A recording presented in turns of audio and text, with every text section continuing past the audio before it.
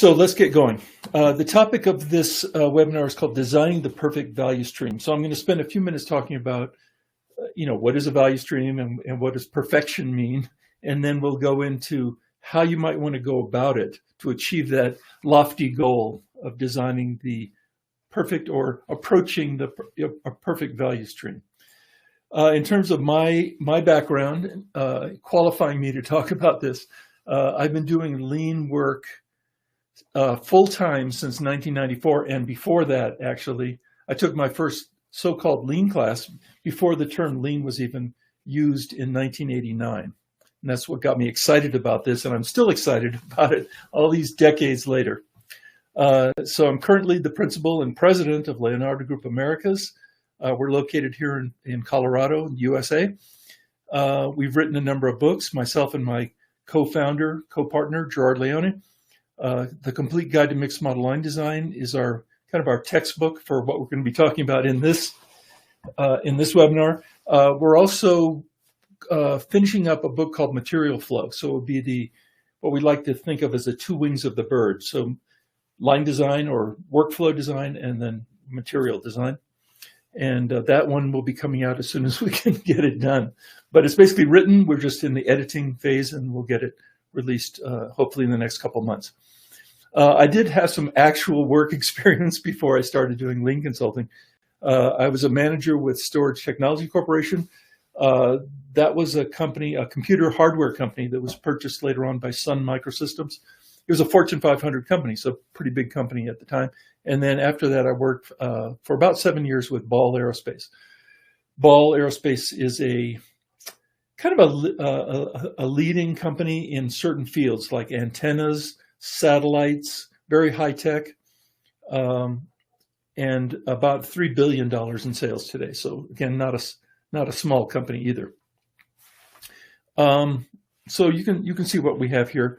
I also was raised in Mexico, so I speak Spanish as well as English. That's another one of my talents. All right, so let's get going. What is a perfect value stream? So what are the characteristics of perfection that we're trying to move towards? That's why I said North Star characteristics. We don't expect to achieve perfection. Our perfection will always be denied, but we want to move in that direction. And so what we're looking for is a methodology or method we can use to get us closer to these goals of minimum MCT, so manufacturing cycle time, or MCPT. Some people use that term, manufacturing critical path time. And we want to make that as short as possible. This is a Toyota goal as well, to shrink that down by eliminating the waste in that stream. And ideally, that stream goes all the way back to outside suppliers, right, in supply chain, all the way to, ideally, on the other end, getting paid by our customer. But we want to make that shorter. And that's really a primary goal of lean manufacturing in general. So it's not eliminating waste, it's reducing that time. And eliminating waste is a part of that strategy. Okay, we also want to achieve high quality. That's really been a competitive advantage for Toyota. People buy Toyotas not because they're so sexy, but because they're reliable for the most part. High productivity. Okay, so we want people adding value as much as possible without being stressed out, without rushing, but being able to add value more consistently. We want to optimize the floor space we're using. That's our most valuable factory space. So not waste it by typically putting things closer together, but again, not in an obstructive way, but in a efficient way. And then optimal inventory, so that's a big one. The biggest item on most companies' balance sheets, or one of the biggest items, is inventory. And we want to reduce that to free up cash, not have to invest that cash in inventory that we're not really using until we sell the product and get paid. And then last 2 points we want to achieve is a flexible workforce. So by flexible, we mean people are cross-trained and can handle changes in demand without having to change the physical footprint of the factory, but we can put people in, take people out, and people are cross-trained enough to cover the work that needs to get done. So that's kind of what we mean by flexing or flexible workforce. And then the other thing is flexible schedule. So we don't want to be locked into a certain number of units per day necessarily, that we have some flexibility in responding to changes in customer demand. Again, without having to redesign our factory, we can actually adjust to fluctuations that are just part of normal business cycles and normal everyday life. So if we can achieve all those things, we're moving in the right direction at least. So I think we're nothing controversial there, I don't think.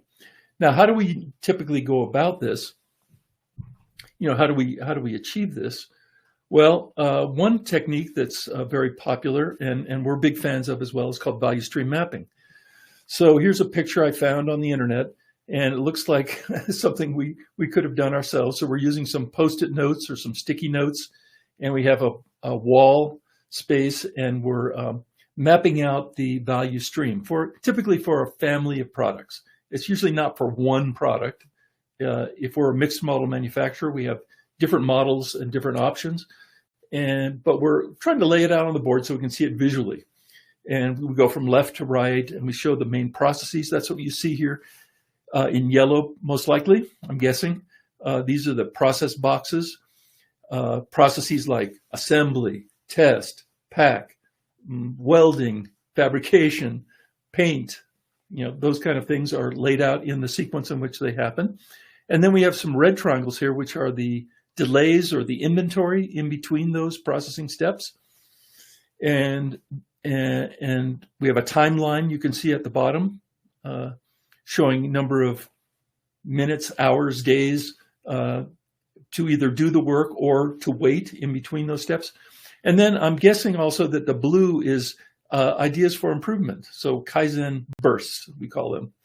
So, looking at the current state on the wall, and then as a team coming up with ideas for how to shrink that time down or eliminate pockets of waste or time or inventory, etc.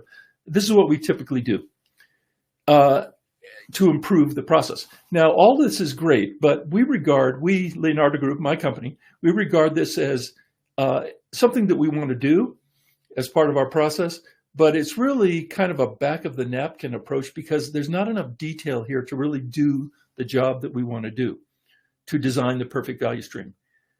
You can certainly, if you just use this technique, value stream mapping, you can achieve, good things, right? You can improve, but it's not what we're shooting for here. We're trying to design the perfect value stream. And so while this is something that we actually do, and I'll talk about that in a minute, we really need to drill a lot further down. So think of it as a house. We want to design a house, our dream home. Now, you might sit down with an architect and sketch out kind of some ideas you have, in ideas of where the current house that you're living in is not meeting your needs or where it could be better. And you're taking a back of a napkin or a piece of yellow paper pad, and you're just sketching out some ideas. That's kind of how we view value stream mapping. We're trying to step back and take a look at the value stream and where are the opportunities, the low-hanging fruit. But that's not going to be sufficient to build your dream house. You're going to need to eventually get to construction documents, right? So that's what we're going to be talking about here in this webinar. How do we get to the construction documents of the perfect value stream design? So exciting, huh?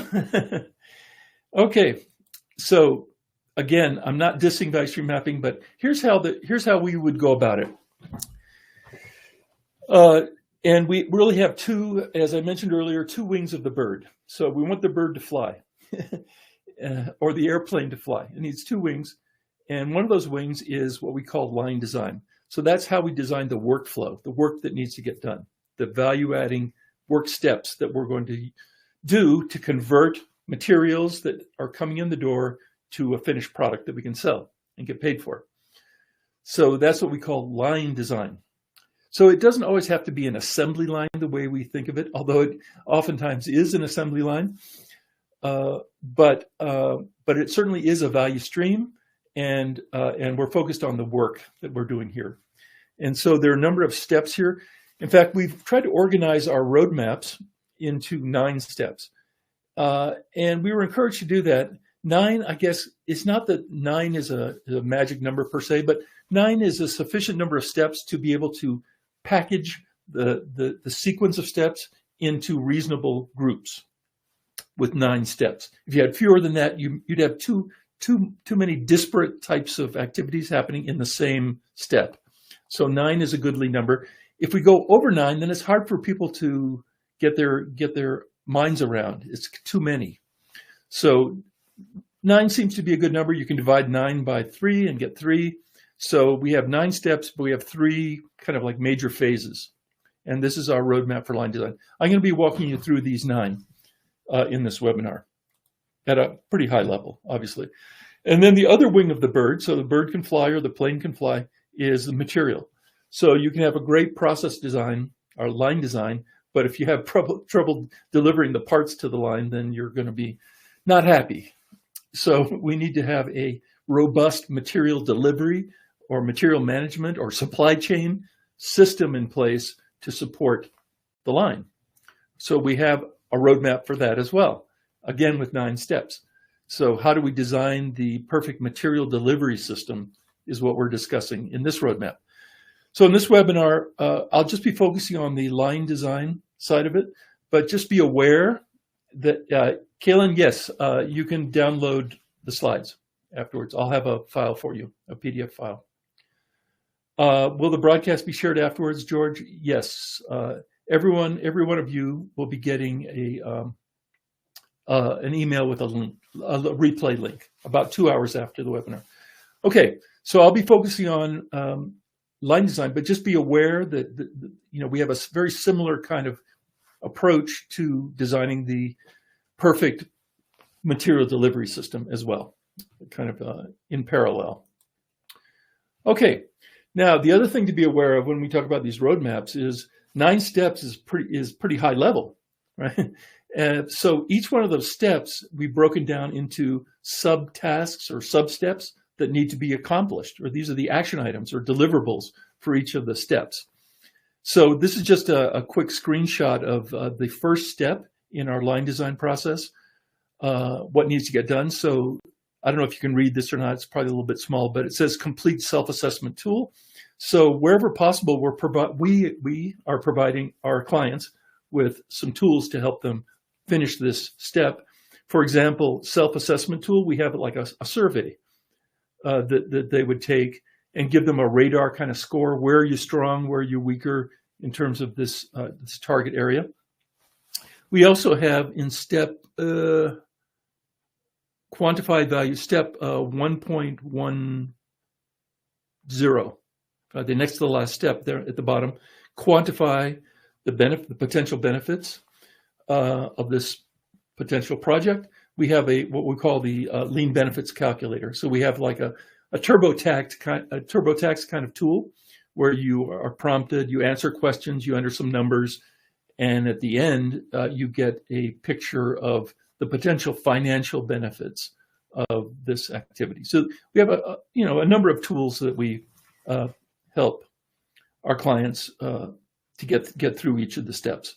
So this is just an example. So we have 12 steps or 11 steps here that need to be accomplished. Now, keep in mind, these are not cast in bronze. So it's not like if you skip a step, you're dead.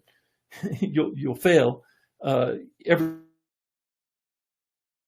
So I think I was saying we have a lean benefits calculator as a tool for that first step that helps you estimate the benefits, et cetera.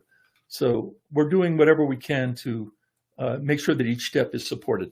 So let's walk through what happens at each of the 9 steps briefly. I don't want to bore you all, and this is actually the subject of a 3-day workshop that we teach. So, I could spend a lot of time talking about all of these things, but I won't. I'll just give you a summary of each of the 9 steps here.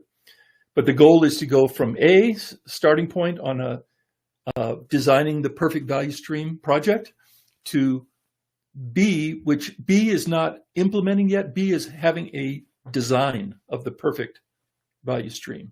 And then you have to go implement it, which is a separate roadmap. So there's a lot to do here, as you can appreciate.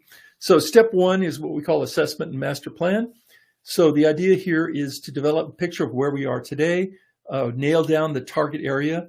Typically, you're not doing a perfect value stream for the entire factory in one project. You're picking an assembly line or an area, we call a target area, So we're going to finalize that.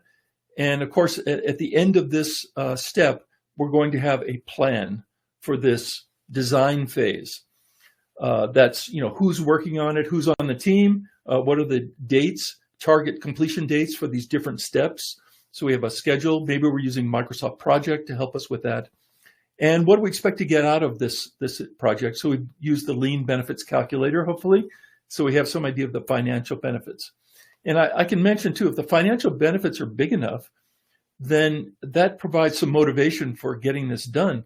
Because remember, if you have let's just make up a number. Let's say you have a $5 million potential benefit.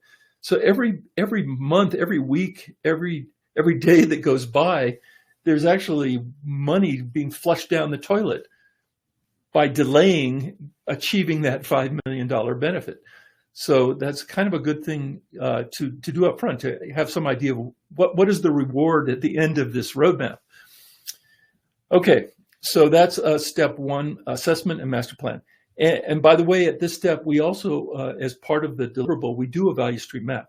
So we're not replacing value stream mapping. We just don't want to take weeks to do it. We want to have a value stream map to document the current state and maybe have a sketch even of a future state at that point.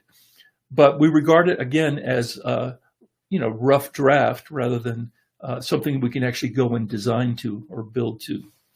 That comes later. All right. So next, analyzing the flow. So now we want to gather some information. So this bottom part of the roadmap, the first 3 steps, is really data gathering. And how long it's going to take you to finish that depends on how mature you are in this to begin with, right? Some companies are, very mature. They have standard work definitions already developed.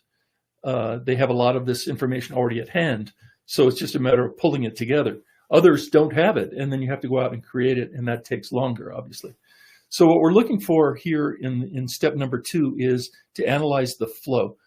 And by that, we mean, let's develop a list of products that are going to be impacted or that go through this target area. We're going to build in this target area. And what are the volumes? So volumes are, what are we going to design to? So it may not just be current demand. Ideally, we're looking ahead a little bit down the road. What is the potential future demand within a reasonable time frame that we're going to use as a basis for capacity design? We want to have some idea of that. And finally, we're going to develop what we call process flow diagrams for each individual product. Now, you could have the same process flow diagram for more than one product, but we're going to have a process flow diagram assigned to each product within our product family. And what this process flow diagram looks like is kind of a simplified value stream map. We don't need the data box. We don't need a lot of the information that we have on a value stream map. We just want to get basically the idea of what are the processes required to build this product and how are those processes connected. And we could have a design where you have more than one process flow diagram. If you have some products that have optional processes, for example, the process flow diagram may look different.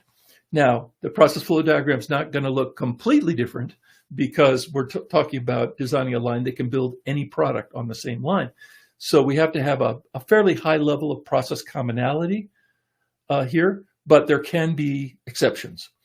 And when we have one of these for every one of our products, we combine them all into what we call a mixed model process flow diagram, where we show, it's like an overlay of all the products so we can see everything on one sheet of paper, what we need to design to accommodate any of the models that are going to go through this value stream.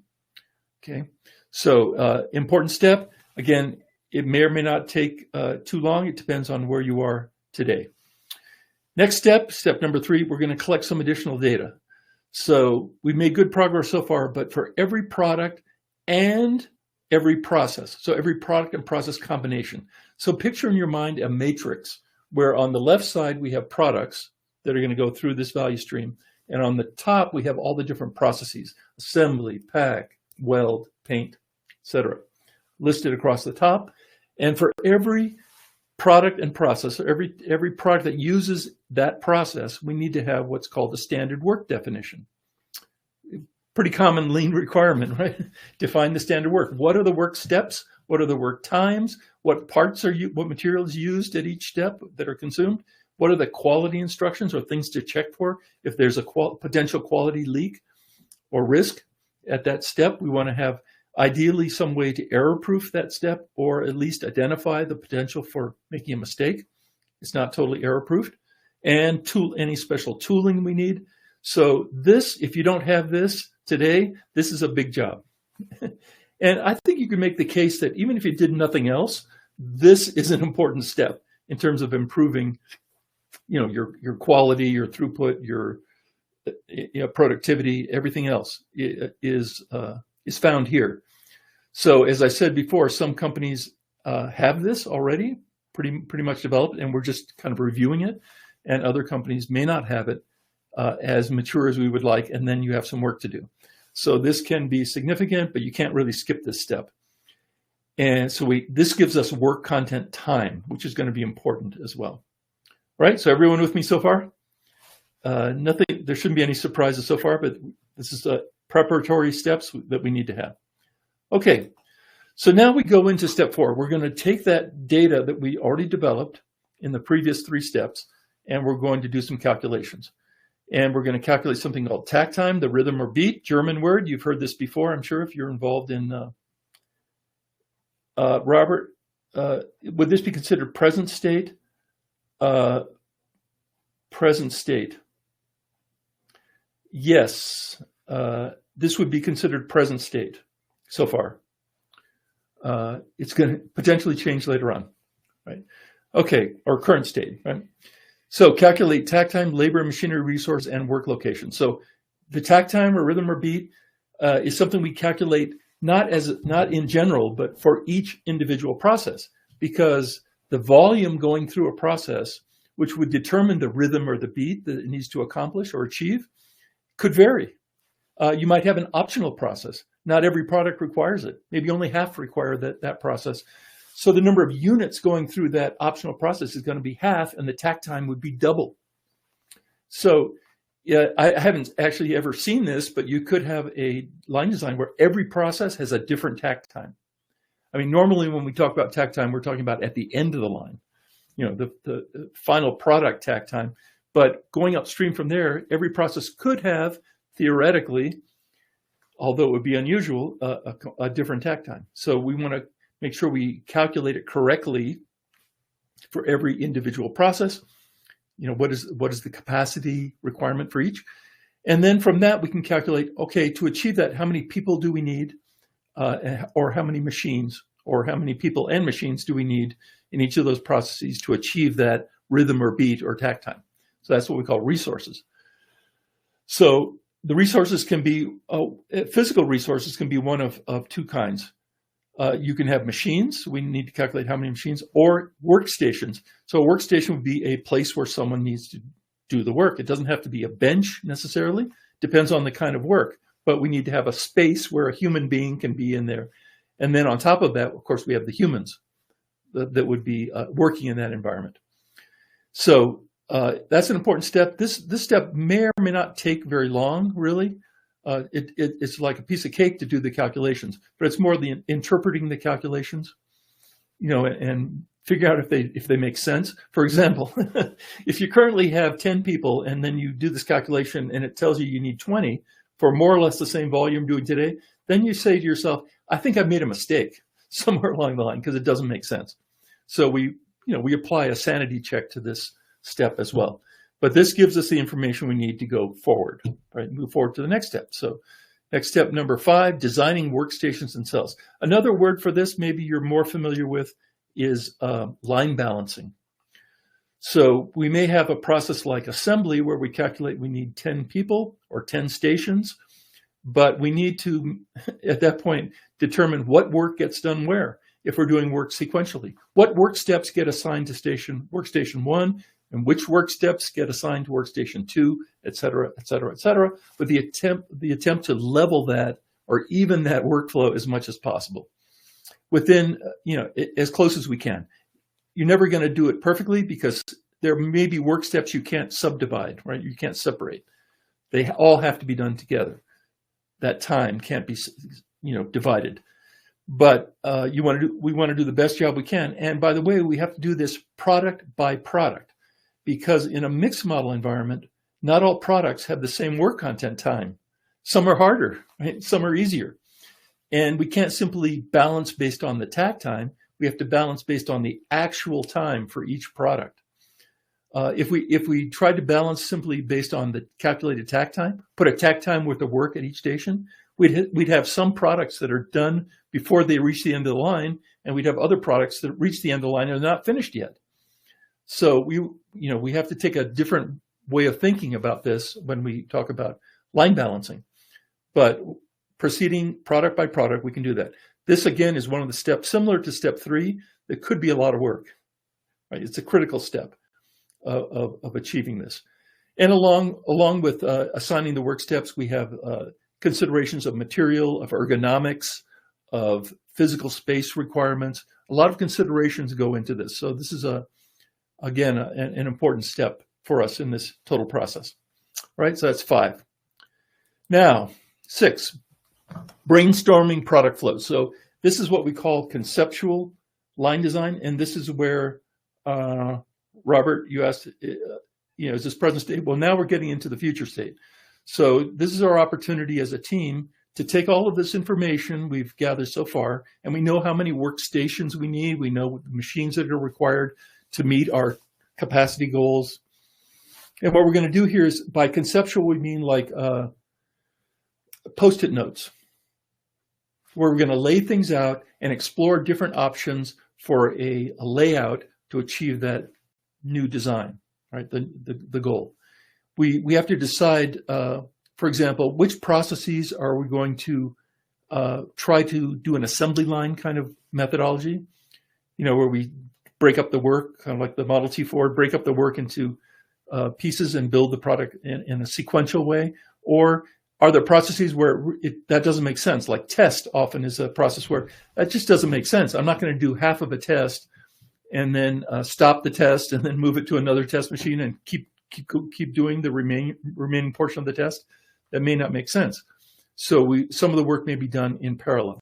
So the conceptual line design step, this one here, is creating a paper rough layout without worrying about where the doors and where the dock doors and facilities and utilities. We're not concerned about that yet. We're just trying to experiment with different options for developing the basic flow. We are including, though, in this discussion, IPKs. You may not be familiar with that acronym. It stands for in-process Kanbans, but a more generic term is GWI, is graphic work instructions.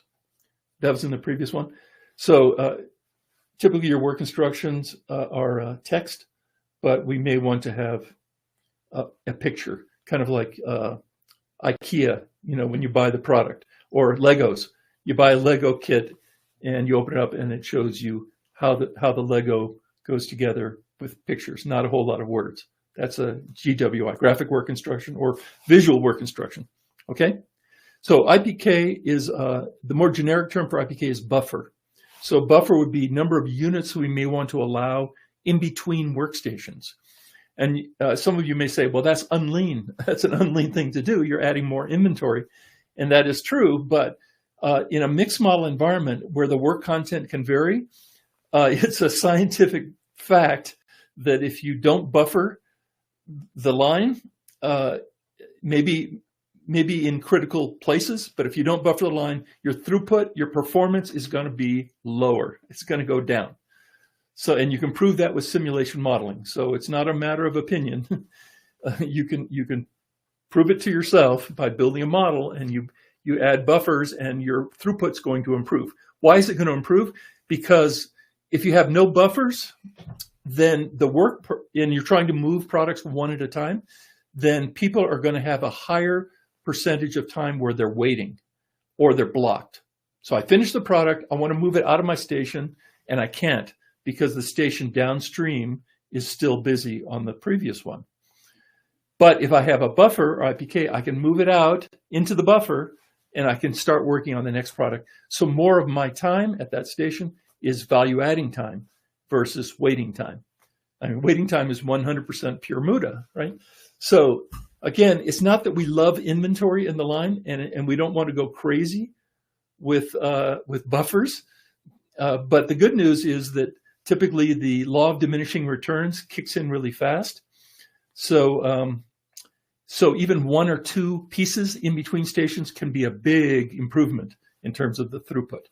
So we have a way of estimating IPKs that I'll share with you next. But right now, a default quantity might be 1. We just want to make sure we allow the space for that within the line if we can. Now, of course, there are cases where we can't. You might have, if you're building combines for John Deere, they're big as a building, then you're not going to put a space for a whole combine in between every combine station, or you're going to double the size of your factory. So there are cases where, where it doesn't make sense, or you simply can't do it. But if you can, if the product's smaller, then it could be a huge, benefit to the line performance. All right, step number 7 is going to be modeling the flow. So this is something we've added in recent years as critically, in our mind, critically important. Think of this as a wind tunnel for your line design. If you're building a plane, I don't think you want to say, okay, let's design it and then let's build the real plane and test it. That's typically what we do with factories, right? We design it and then we build the factory and then we debug it later. And sometimes we call that Kaizen. Kaizen, improvement of something that we didn't do right the first time. So we're adding a step here to build a model of our proposed design. And of course, the more complex the design or the bigger the project, the more important it is to do this. If it's just simply you're designing a work cell, maybe not, right? Maybe not necessary, because it's easy to change, easy to fix later on, et cetera. But if you're buying equipment and dedicating a bunch of space and stuff, this is an important step.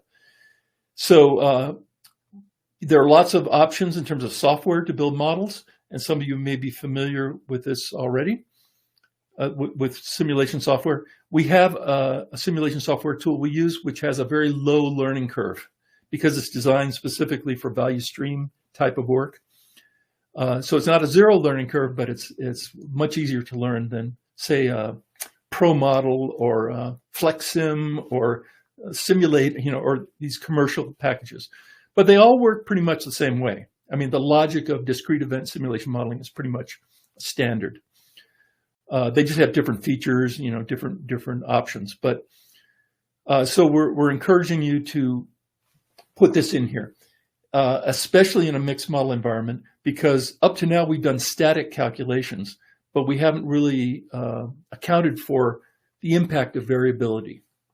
And it's pretty hard to do just in your head, even with a lot of experience, to kind of know what's going to happen when you change the mix, when you change the volume, or just when you run the line and you have harder products and easier products, and how they're going to interact and how much waiting time or block time is going to be generated by that. Hard to know.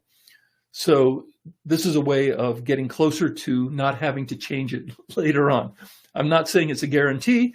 It's just a way of getting much closer to the idea that when you physically implement this new design, it's going to work the way you expect it to and not have to deal with quote unquote surprises, right? We want to reduce the surprises. All right, that's number 7. Now, step number 8 is, let's say we're building our dream home. Step 8 is construction documents. You're going to need to really get into the details. Again, this could be a substantial step as well, because now we're bringing in facilities people, we're bringing in dock doors, material handling, supermarkets, Kanban supermarkets, delivery routes, for material delivery. A lot of details that need to be worked through, potentially discussed. And so we have our conceptual layout. That's what we're going to try to adhere to. But now we're getting into a excuse me, a CAD system where we're laying things out dimensionally correctly. And we have the columns and the dock doors and all the aspects that we need to take into consideration. So again, what we typically do is get the team together. We project the layout on a wall with a CAD system, and then we work through laying it out as best we can. Okay, so that's step number 8. Again, could be substantial. And then finally, we got to get to actually doing this. Up to now, it's been all Muda, right? So we haven't actually made any changes yet. It's all been planning. It's like, again, your dream house, great, we have construction documents now, but we haven't built the house. And now we got to start excavating the foundation and pouring concrete and putting up the framing and doing all those things. That's next. That's a whole nother roadmap. That's a whole nother roadmap that we can talk about in a future webinar. But for right now, we have to get ready for that. So we had a budget for this design phase, to do all the work that we've done so far. But now we have a much better idea of what it's going to cost. And so we probably need to have an implementation budget. You're going to need to sell it. That's why we say selling the change. Sell it to upper management to get approval, right, to go do this, typically as a separate step. The other selling you're going to have to do is with your workforce and your team. Especially if you're asking them to change the way they're doing things, the way they have been doing things in the past, that's not a minor consideration. You just don't want to announce it, right? Here's how we're doing things, take it or leave it. You want to try to build buy-in, with the group. And you can do that by, for example, if you're asking people to flex, to move, right, to be more flexible, and that's something you didn't do in the past, you need to sell them on that idea of how it's going to be beneficial. For example, if you're improving the throughput, maybe you don't have to work overtime as much if you can just flex and get cross-trained. Maybe there's an impact on pay. We recommend that. If people are more skilled, there should be some impact to their salary, right, or their hourly wage. So there's some selling that needs to happen, not just at the upper management level to get approval for this, but also, with the entire workforce, potentially. And then coming out of this last step is just something similar to what we did before. You need to have a plan, a schedule of, when these different steps are going to happen for the implementation phase. You may have to procure material or machinery. Lead times for that kind of activity could be longer. And you probably want to use, again, Microsoft Project or some kind of scheduling tool like that to do this. Again, so that's that. How are we doing on time? So we've got about 20 minutes left. See if I can finish up here.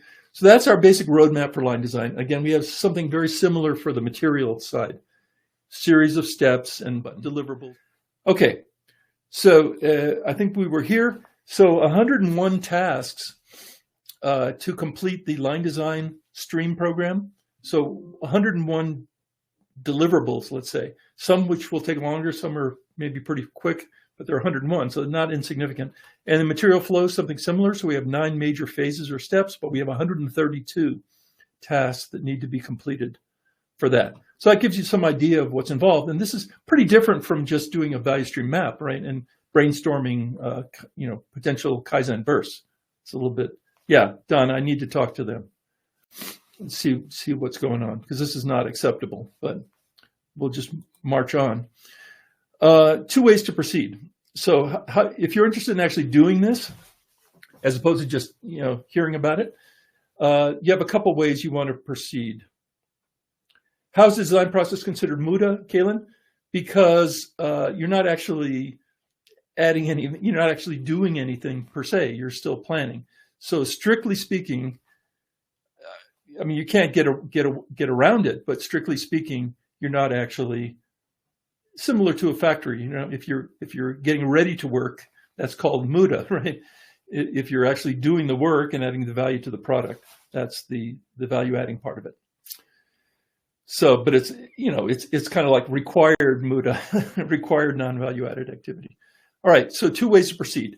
One of them is do it yourself. So you've got to learn mixed model line design and mixed model material flow. And there are various ways to do that. We have a book, right? We wrote a book on this. It's available on Amazon. You can just go buy the book and read it and try to understand it and apply it. Or There are some training opportunities that I'll share with you in a minute. Live training workshops you can go to where you're a prisoner. When you go to a workshop, pay for it, especially if you have to travel, you're a prisoner, right, for a certain number of days. And so you sit there and you dedicated those days, right, to learning mixed model line design. There's some definite benefit to that, to being a prisoner of the course. We also have some online courses on the same subject. So you've got to learn. First, you start by learning, what is the process and methodology.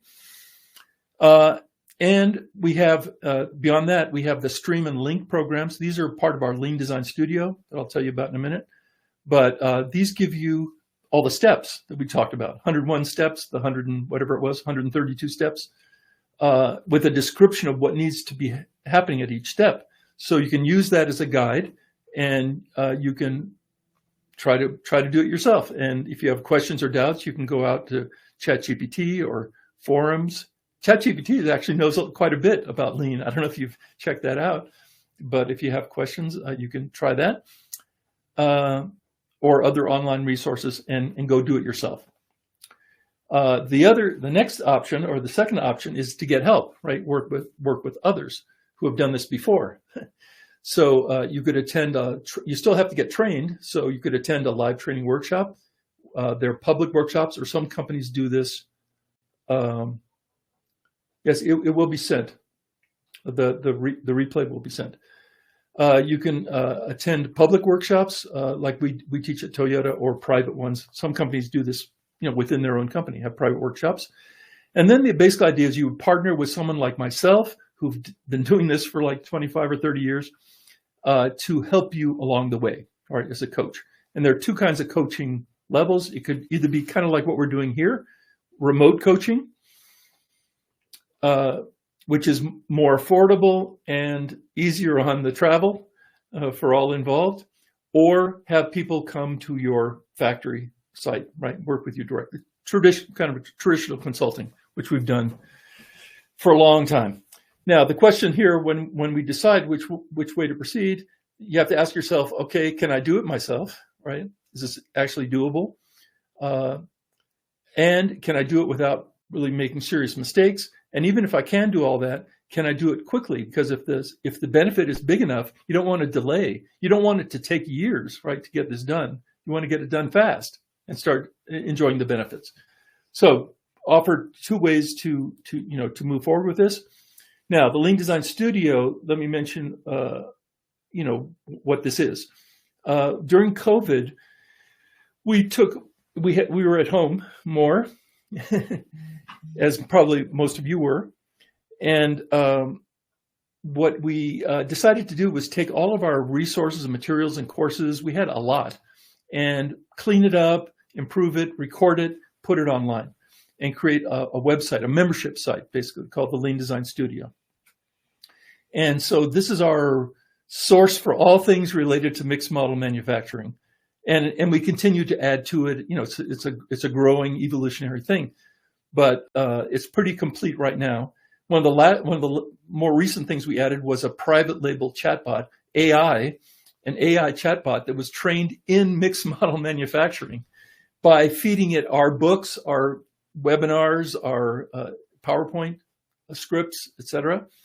And so that's part of the studio as well. So when you ask our Lean Sensei chatbot a question, you're going to get answers that are hopefully, no guarantee with this, hopefully specific to mixed model manufacturing and more accurate. So that's part of it as well. But within the studio, we have the courses, the same courses that we teach at Toyota for line design and material flow are available online. And we have the roadmaps. So the stream program and the link program are there as well. And simulation modeling is there as well. The simulation modeling software is included. So it's pretty comprehensive and pretty amazing, I think. So that's available. So my recommendations to those of you that are still here, you should regard mixed model manufacturing, depending on your role in your job, but you should kind of regard it as a requirement for any continuous improvement professional, and for your company as really a core business strategy, foundational kind of concept, as opposed to general lean approaches and value stream mapping. You know, it's a very specific core discipline. And by the way, it's very similar to what Toyota is actually doing and other companies like John Deere. If you look under the covers, this is what they're doing, right? This is, you know, core training for their engineers and their material people. So think of it that way. So if you're not already conversant or familiar with it, you need to learn. So you can learn, you know, all the way from reading to taking online courses to taking live workshops, whatever you need to do to get up to speed with this. In the Lean Design Studio, you can pursue a certificate for both those two subjects, material flow and line design. And then, you know, getting started, actually doing things. We recommend starting with a pilot approach, you know, where you're not trying to bite off too much, like prove as a test case, a small area. And if you're looking for outside help, you can talk to us about how we might be able to help you, either with going to your factory or not, right? Doing things remotely, which is actually kind of our preferred way of working. But we can help you with that. So in terms of live, I just have 2 more slides, so hang in there. We have a live workshop, which is awesome, which is a life-changing experience coming up soon. So April 30th through May 2nd, so about a month away. It's on material flow. It's being hosted at Toyota Material Handling. It's the fork truck factory for Toyota in North America. It's one of the most mixed model factories anywhere in the world, most likely. They do an amazing job. And so your experience there would be learning material flow from us, and then also interacting with Toyota on 2 factory tours, Q&A sessions with the Toyota ambassadors. Those are the local people that are experts in the Toyota production system. So this is really an awesome experience. Michael, thank you. He put the link in to our information page. So if you want to find out more about that, but it's literally something that'll stay with you the rest of your life, I believe, right? As well as a jump start in terms of mixed model manufacturing. The other thing is a studio, the Lean Design Studio. And I'm going to make an offer to you today that only you are seeing. I'm not going to make this general public offer, but just for you attending the webinar. If you go to this link here, leandesignstudio.com, register/30-day, you can get a 30-day free membership. So if you want to go in and see what's in there, you know, with your own eyes, go ahead and just sign up. It doesn't ask you for a credit card, by the way. I think you can just get in there and register. So leandesignstudio.com/register/30-day will automatically get you in. And again, I'm not going to share this with the world, but for you all attending this webinar, you can get in and kick the tires, so to speak, and check it out. Okay. And in fact, you could get in, and within 30 days, you could earn a certificate in mixed model line design, right? If you're ambitious enough, you can do it that way. Okay, so I think we reached the end. I hope you enjoyed that. I hope it was illuminating to a certain extent. Or if you already knew about mixed model manufacturing, that it was a good review refresher. But feel free to reach out to us. This is my email address there. My partner Gerard is also listed, and we have a phone number. You could give us a call as well. So again, thanks for your participation. I apologize for those 2 glitches. Again, I'm going to get on the phone with our software providers and see what might have been the root cause of that, and see if we can avoid that in the future. I have no idea what caused that. Okay, the 30 days starts when you register. When you first register. So if you feel like you can't get in immediately, you could hold off. The link will still be active for a little while, but as soon as you register, the clock starts ticking.